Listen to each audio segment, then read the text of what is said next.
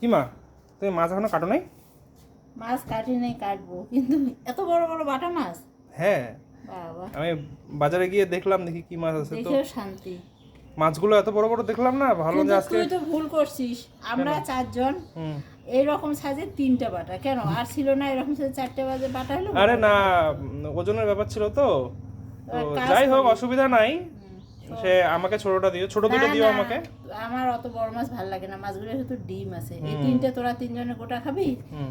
এই 2টা আমার হলে হবে। আমার অত বড় মাছ ভাল লাগে না, কিন্তু মাছগুলো দারুণ মানা। হ্যাঁ। ডিম আছে, ডিম পেটে। ও দারুণ দারুণ। এটা কি দিয়ে বানাবো রে ঝোল?